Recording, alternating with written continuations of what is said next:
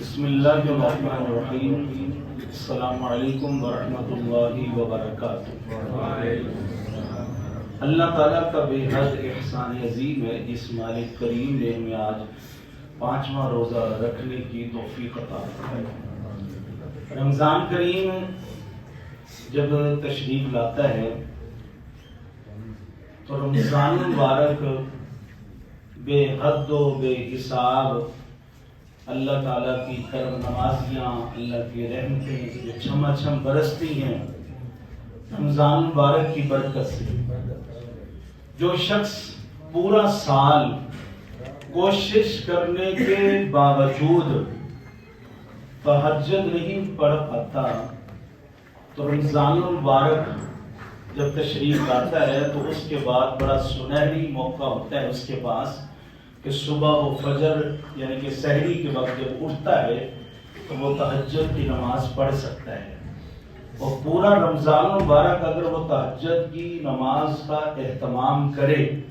تو پھر اس کو عادت پڑ جائے گی، پھر رب کریم اس کو توفیق بھی پھر عطا فرمائے گا۔ رب تعالیٰ کو بڑا پسند ہے کہ کوئی بندہ رات کے 2 بجے اٹھے، 2 نفل پڑھے، 2 آنسو بہائے، رب سونے کو یہ بڑا پسند ہے۔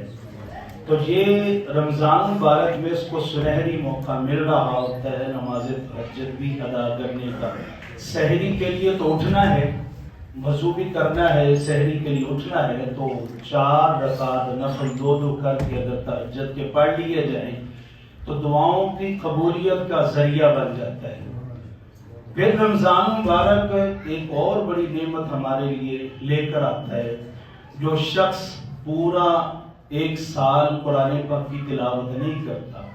اس کا بھی دل کر رہا ہوتا ہے کہ وہ قرآن پاک رمضان مبارک کے اندر پڑھے نہ تو سنے تو سال کے بعد رمضان مبارک پھر اس کے لیے نماز تراویح کا اہتمام لے کر آتا ہے کہ قرآن اس نے اگر سارا دن نہیں پڑھا تو نماز تراویح کے اندر وہ قرآن پاک سننے کی سعادت حاصل کرتا ہے۔ پھر نماز تراویح سے پہلے جب افطاری کا وقت ہوتا ہے نا تو نبی پاک صلی اللہ علیہ وسلم نے ارشاد فرمایا جب افطاری کا وقت ہوتا ہے تو رب کریم اپنے بندوں پر کرم نوازی فرماتے ہوئے 10 لاکھ جہنمیوں کو، جن کے اوپر ان کے گناہوں کی وجہ سے، بندوں کے گناہوں کی وجہ سے جہنم ان پر واجب ہو چکی ہوتی ہے، 10 لاکھ جہنمیوں کو آزاد فرما کے داخل جنت فرما دیتا ہے۔ پھر وہ نماز تراویح کے اندر قرآن پاک سننے کی سعادت حاصل کرتا ہے۔ پھر اس کے بعد پھر آخری عشرے میں جب وہ داخل ہوتا ہے تو اعتکاف جیسی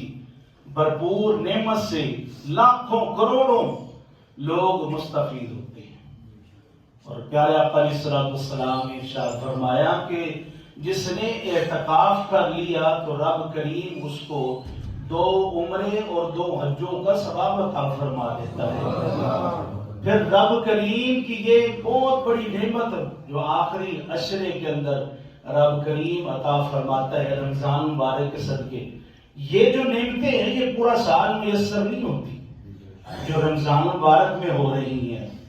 کہ لیلۃ القدر کی رات بھی مل رہی ہے، جو 1000 مہینوں سے افضل ہے وہ رات مل رہی ہے۔ بندے کی زندگی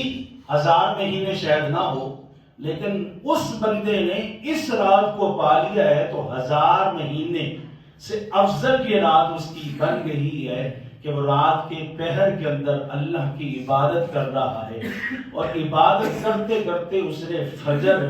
پا لی ہے، سحری کا وقت ہو گیا ہے۔ تو رب کریم کا یہ بھی بہت بڑا احسان ہے اپنے بندوں پر کہ جس نے رمضان مبارک کو پایا ہے، اور خوش قسمتی یہ ہے کہ رمضان مبارک کو پانے کے بعد نیکیوں کا انبار اپنے لیے اکٹھا کر رہا ہے۔ حضرت طلحہ بن عبید اللہ رضی اللہ تعالی آپ ارشاد فرماتے ہیں میں نے نبی پاک صلی اللہ علیہ وسلم کی بارگاہ اقدس میں یہ دیکھا کہ 2 شخص آئے، دونوں بھائی تھے، کافر تھے، بارگاہ رسالت میں حاضر ہوئے، مسلمان ہو گئے، کلمہ پڑھ لیا۔ اب دونوں کا جذبہ تھا نیکیوں میں ایک دوسرے سے سبقت حاصل کرنے کا۔ تو حضرت طلحہ بن عبید اللہ آپ ارشاد فرماتے ہیں میں نے دیکھا کہ ایک بھائی نیکیوں میں بڑھ چڑھ کر حصہ لیتا، عبادت و ریاضت کے اندر بھی بڑھ چڑھ کر، یہاں تک کہ جہاد کا اعلان ہوا، جہاد میں اس نے حصہ لیا اور پھر جام شہادت نوش فرما گیا۔ اور وہ جب شخص اس کا ایک بھائی چلا گیا تو ایک بھائی رہ گیا۔ پھر وہ فرماتے ہیں کہ وہ جو ایک بھائی رہ گیا تھا اس نے پورا سال زندگی اللہ تعالیٰ نے اس کو عطا فرمائی، اور سال کے بعد وہ دوسرا بھائی بھی اس دنیا فانی سے رخصت ہو گیا۔ تو آپ فرماتے ہیں میں نے اس کے جانے کے بعد دونوں بھائیوں کو خواب کے اندر دیکھا، تو میں نے دیکھا کہ جو شہادت کا رتبہ لینے والا تھا، جو پہلے فوت ہونے والا تھا، جو جام شہادت نوش کرنے والا تھا، اس کو میں نے دیکھا کہ وہ داخل جنت ابھی نہیں ہوا، اور جو بعد میں فوت ہوا تھا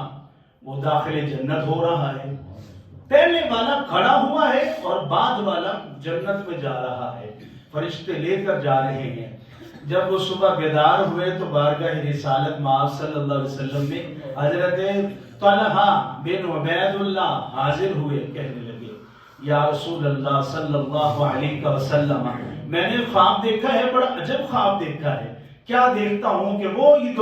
دو بھائی جو آپ کے پاس حاضر ہوئے تھے، جو اسلام لے کر آئے تھے، ان میں سے ایک شہید ہو گیا تھا۔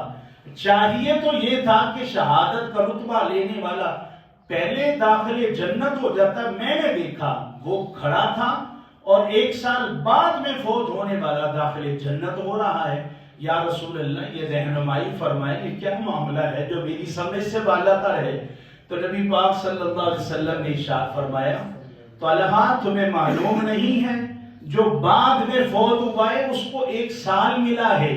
اس نے پورے سال کے اندر نیکیاں اکٹھی کی ہیں، اور تم نے دیکھا نہیں اس کی زندگی کے اندر ایک اور بھی رمضان مبارک داخل ہو گیا تھا۔ تو رمضان داخل ہوا تھا، پورا سال بھی عبادت کرتا رہا، رمضان مبارک کی روزے رکھ کے نیکیاں اور اس نے اکٹھی کی، تو رب تعالیٰ نے دونوں کی نیکیاں، حالانکہ اس نے جام شہادت نوش کیا تھا، پھر بھی رب تعالیٰ نے جب دیکھا کہ اس کی نیکیاں، جس کو سال اور زیادہ ملا ہے، پھر رمضان مبارک بھی ملا ہے، اس کی نیکیاں زیادہ ہیں، تو جن کی نیکیاں زیادہ ہوتی ہیں رب کریم اس کو ہی داخل جنت پہلے فرماتا ہے۔ تو ہمیں اگر رب کریم زندگی زیادہ دیتا ہے تو ہماری خوش قسمتی ہے۔ کس بات کی خوش قسمتی ہے کہ جتنے دن بڑھ رہے ہیں اتنی ہمیں نمازیں بھی پابندی سے پڑھنی چاہیے، نوافل کا اہتمام بھی کرنا چاہیے، درود پاک بھی پڑھنا چاہیے، تسبیحات بھی پڑھنی چاہیے، استغفار بھی پڑھنا چاہیے، اس لیے کہ زندگی کے دن بڑے ہوئے ہیں، زندگی کے دن آگے چل رہے ہیں۔ اگر اس طرح ہم کر رہے ہیں تو ہماری خوش قسمتی ہے کہ دن بھی بڑھ رہے ہیں زندگی کے اور نیکیاں بھی بڑھ رہی ہیں۔ ہاں اگر دن بڑھ رہے ہیں نیکیاں کم ہو رہی ہیں، بڑھاپا بھی آ چکا ہے، نیکیاں کم ہیں، نمازیں رہ رہی ہیں، نوافل سرے سے نہیں ہیں، درود و سلام سرے سے نہیں ہے، صدقہ و خیرات سرے سے نہیں ہے، زکوٰۃ سرے سے نہیں ہے، اچھا سلوک سرے سے نہیں ہے، اخلاق سرے سے نہیں ہے، تلاوت قرآن پاک سرے سے نہیں ہے، اور زندگی کے دن بھی بڑھ رہے ہیں، زندگی کے ہر لمحات کے اندر اضافہ ہو رہا ہے۔ بالآخر کی زندگی کا جو وہ تسبیح جو چل رہی تھی، جو اس کے پوائنٹ چل رہے تھے، بالآخر وہ میٹر جو چل رہا تو اس نے رک جانا ہے۔ جتنا اس کو اجازت تھی اتنا اس نے چلنا تھا، اتنی اس کی اجازت تھی، لیکن اس اجازت کے اندر اس بندے کو اس بات کی اجازت تھی،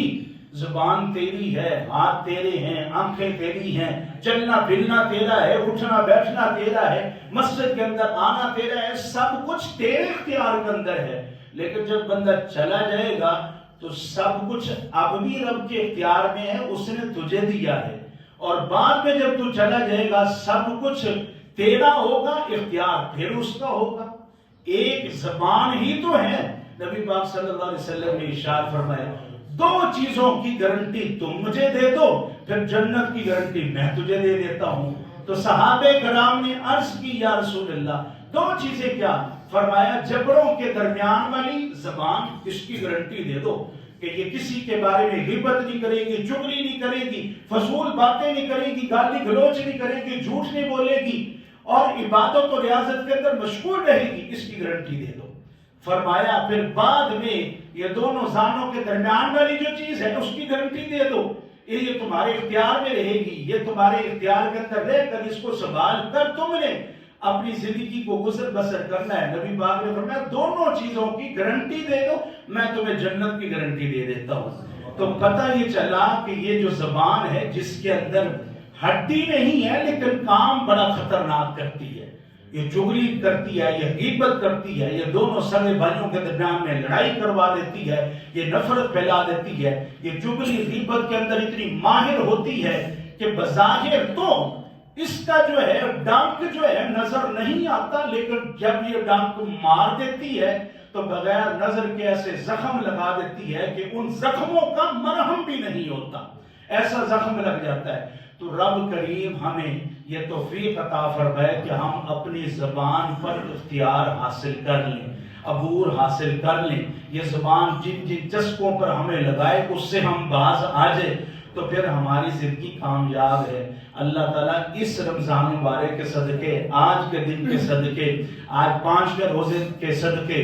ہو سکتا ہے کہ آج 5واں روزہ آخری ہمارا روزہ ہو سکتا ہے یہ رمضان پورا ہمارا آخری رمضان ہو۔ کئی دوست جو پچھلے رمضان اس درس کے اندر بیٹھا کرتے تھے آج موجود نہیں ہے، زندگی کا پتہ ختم ہو گیا، چلے گئے، ہم سب نے بھی چلے جانا ہے۔ جو کام آنا ہے ہمارا اخلاق کام آنا ہے، اچھا سلوک کام آنا ہے، اچھی میانہ روی گفتگو ہمارے کام آنی ہے، سلام میں پہل لینا ہمارے کام آنا ہے، روزوں کا اہتمام کرنا، نماز کا اہتمام کرنا، درود و سلام پڑھنا، یہ ہمارے کام آنا ہے۔ اگر یہ ہم ان راستے پر چلتے ہوئے کامیابی اختیار کر لی تو پھر دور نہیں ہے کہ جنت ہمارا انتظار کر رہی ہے۔ اللہ تعالیٰ عمل کرنے کی توفیق عطا فرمائے۔ بسم اللہ الرحمن الرحیم۔ رب اغفر وارحم وانت خیر الراحمین۔ صلی اللہ علیہ وسلم۔